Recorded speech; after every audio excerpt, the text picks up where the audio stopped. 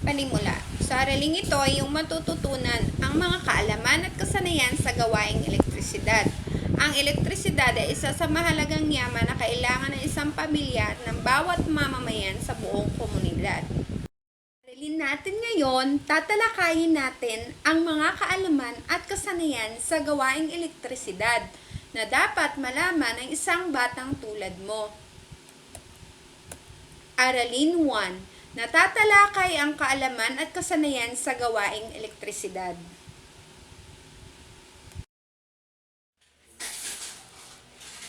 Bago magsimula ang ating aralin, nais kong malaman nyo kung ano ang gawaing elektrisidad.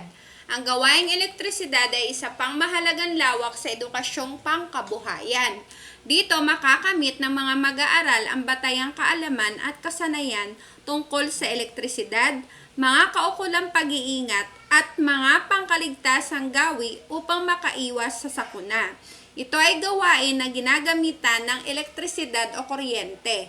Isa sa mga gawain dito ay ang paggawa ng extension cord, simple circuit at iba pa.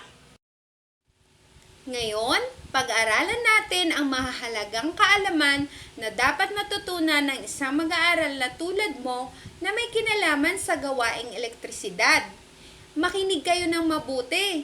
Iisa-isahin ko sa inyo kung ano-ano ang mga kaalamang dapat na masanay kayo sa gawaing elektrisidad. Mga mahalagang kaalaman at kasanayan sa gawaing elektrisidad. Tingnan ang mga larawan na nasa ibaba.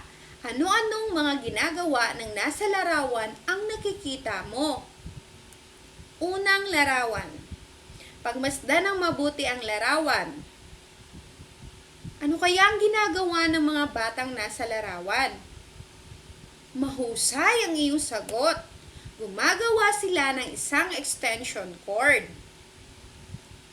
Ikalawang larawan.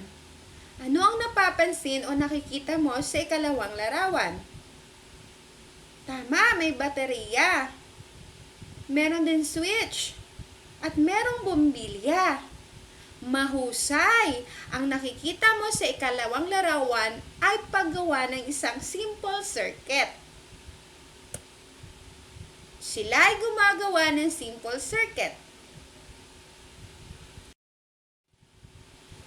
Ang mga gawain na ipinapakita sa larawan ay ilan lamang sa mga kaalaman at kasanayan na dapat mong matutunan bilang isang mag-aaral upang lumaki kang produktibo at kapaki-pakinabang sa iyong sarili, pamilya at lalo't higit ay sa pamayanan. Kaya dapat na iyo itong matutunan habang bata ka pa. Ito ay mga gawaing may kinalaman sa elektrisidad. Tingnan ang larawan sa ibaba. Ano ang ginagawa ng nasa larawan? Ano kaya ang ginagawa ng mga bata na nasa larawan? Yung isa may hawak na wire. Yung isa naman may hawak na plug. At yung isa naman ay may hawak na outlet. Mahusay ang iyong sagot. Gumagawa sila ng isang extension cord. Alam mo ba kung saan ginagamit ang extension cord? Ano ang extension cord? Ang extension cord ay tinatawag na power extender. Rope cord o extension lead ay isang haba ng nababaluktot na dekuryenteng power cable o flex na may isang plug sa isang dulo at ang isa o higit pang mga socket sa kabilang dulo. Kung mapapansin nyo, ito ay isang mahabang wire, tapos sa kabilang dulo, merong tinatawag na plug. Yan yung isinasaksak doon sa outlet. O yung tinatawag natin convenience outlet. Yung nasa kabilang dulo naman ng wire, tinatawag yan na convenience outlet. Kung saan isinasaksak yung plug. Ang paggawa ng extension cord ay isang kaalaman at kasanayan na dapat mong matutunan bilang isang mag-aaral o bata. Maaari mo itong mapakinabangan sa bahay upang di ka na bumili pa. tingnan mo ang ikalawang larawan. Anong iyong nakikita? Mahusay, merong baterya. May isang switch at may isang bulb. At yung color itim ay tinatawag na wire. Ano kaya ang tawag sa nasa larawan? Simple circuit. Tama ang iyong sagot.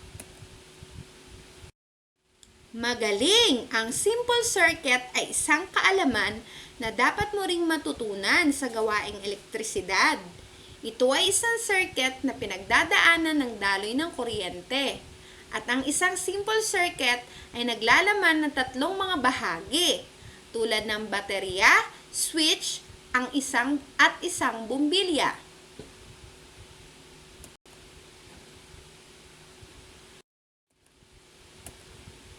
Ngayon naman ay dumako tayo sa mga kagamitan at kasangkapang ginagamit sa gawaing elektrisidad.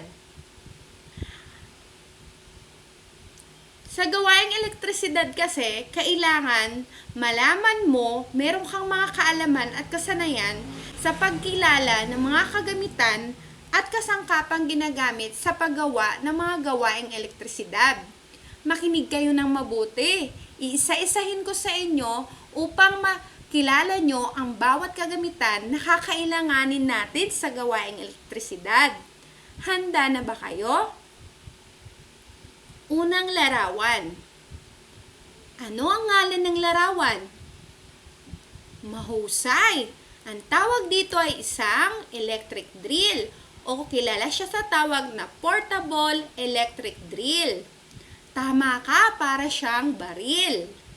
Ginagamit yan sa pagbutas ng mga gawain sa elektrisidad. Ano ang tawag sa ikalawang larawan? Tama! Ang tawag dyan ay multitester. Ginagamit yan ng mga electrician sa pagsukat kung merong daloy ng kuryente ang ginawa nilang gawaing elektrisidad. Ano naman ang ngalan ng ikatlong larawan? Mahusay, ang tawag dyan ay test light. Ang test light ay ginagamit din upang malaman natin kung ang isang gawaing elektrisidad ay may daloy ng kuryente. Pang-apat na larawan, ano kaya ang kanyang ngalan? Tama, long nose, panghawak, pang-twist, at pwede rin siyang pangkat ng wire. Next is combination pliers. Ang combination pliers, madalas siyang gamitin ng mga linemen, yung mga electrician, yung mga gumagawa ng gawaing pang-elektrisidad. Next is side cutter. Kaya side cutter ang tawag sa kanya kasi meron siyang talim sa gilid. Ginagamit lang siyang pamputol ng mga alambre at metal na maninipis o maliliit. Sumunod ay tinatawag na wire stripper. Ang wire stripper madalas gamitin ng mga linesmen sa gawaing elektrisidad. Ginagamit nila ito sa pagtanggal o pagtalok ng mga balat ng wire nang hindi napuputol ang alambre o wire. Ilan lamang yan sa mga kasangkapan na ginagamit sa mga gawaing elektrisidad. Ulitin nga natin, meron tayong mga electric drill, multitester, meron tayong test light, long nose, combination pliers, side cutter, at wire stripper. Ilan lamang yan sa mga kasangkapang ginagamit sa mga gawaing elektrisidad na dapat mong matutunan at malaman ang bawat gamit. Ganon din para makilala mo ang bawat kasangkapang ginagamit sa gawaing elektrisidad. Mahalagang kaalaman ito at kasanayan sa gawaing elektrisidad na dapat mong malaman. Yung ibahagi ko sa inyo ang iba't ibang uri o kasangkapan na ginagamit sa gawaing elektrisidad. Makinig kayo ng mabuti. Unang kasangkapan, ito ay tinatawag na electric drill o madalas tawagin na portable electric drill. Ang electric drill ay kasangkapang ginagamit na pambutas ng metal, kahoy, at iba pa na ginagamitan ng kuryente. Tama, pambutas. Pambutas sa mga gawaing elektrisidad. Pwede din sa metal o kahoy. Ginagamitan siya ng kuryente. Tama ka dyan. Next is multi-tester. Ito ay ginagamit upang masukat ang boltahe ng kuryente sa produktong gagawin mo na may kinalaman sa gawaing elektrisidad. Ang multi-tester, ito yung madalas gamitin ng mga electrician para matest nila kung yung ginawa nilang isang gawaing produkto na may kinalaman sa gawaing elektrisidad ay dinadaluyan ng kuryente. Next is tinatawag na test light. Ang test light, ito ay ginagamit upang malaman kung may daloy ng kuryente ang isang outlet o ang ginawa mong extension cord. Sasaksak mo ito kapag umilaw, ibig sabihin meron itong daloy ng kuryente.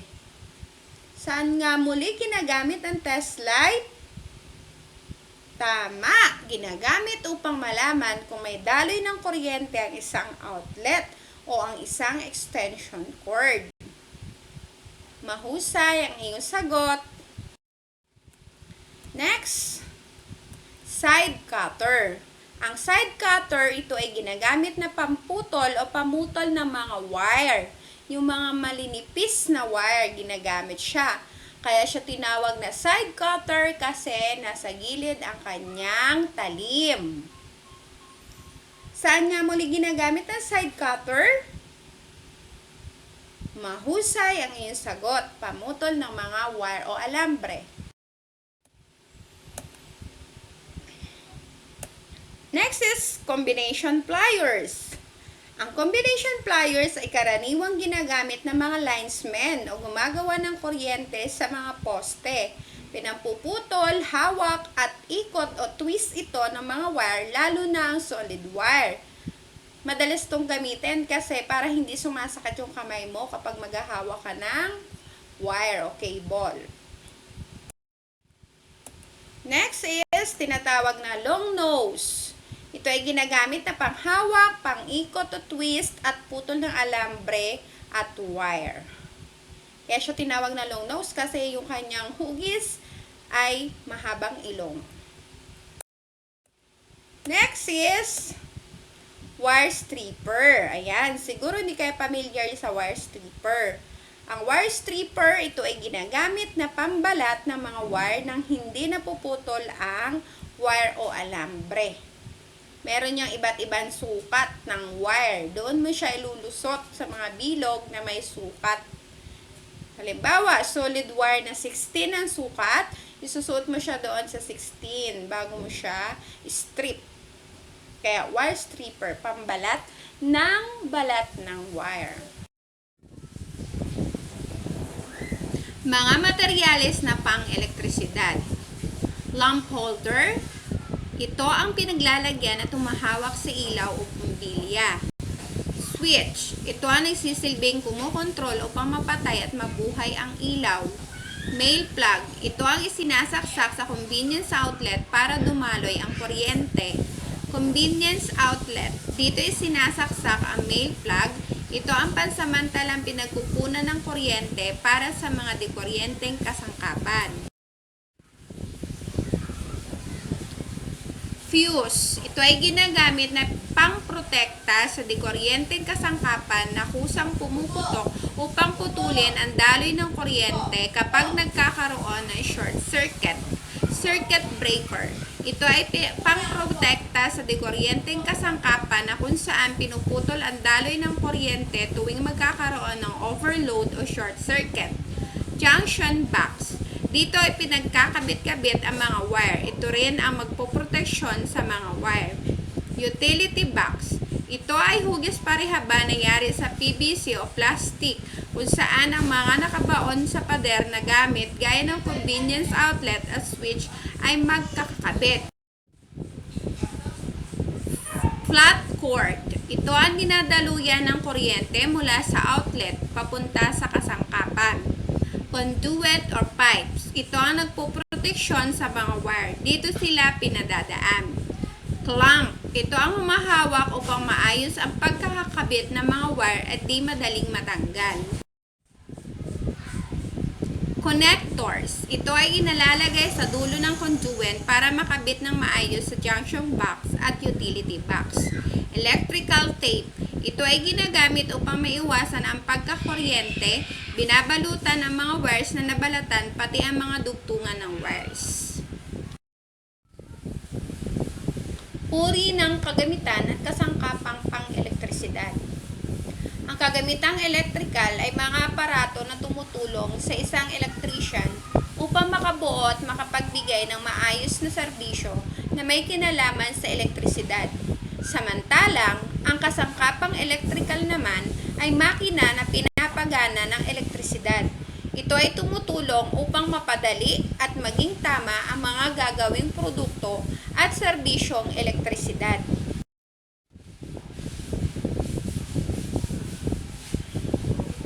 Una, kagamitang pangkamay. Mga kagamitan na ginagamitan ng kamay at hindi na kailangan ng elektrisidad. Halimbawa, pliers, hammer, hacksaw at iba pa. Ikalawa, kagamitang demotor. Mga kagamitan na ginagamitan ng kamay at ng elektrisidad upang gumana at magamit. Halimbawa, portable electric drill.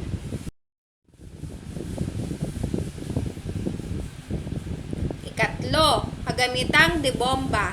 Pneumatic tools, mga kagamitan o instrument na gumagana sa tulong ng air pressure.